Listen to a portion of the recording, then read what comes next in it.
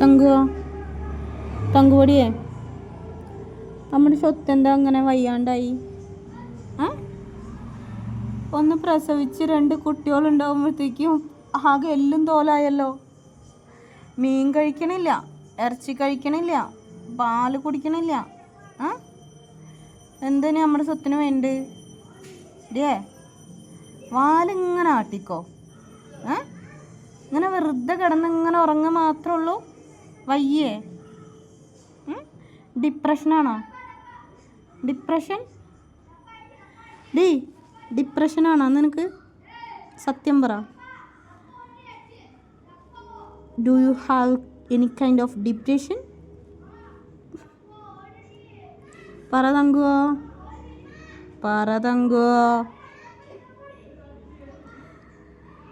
തങ്കു പറ.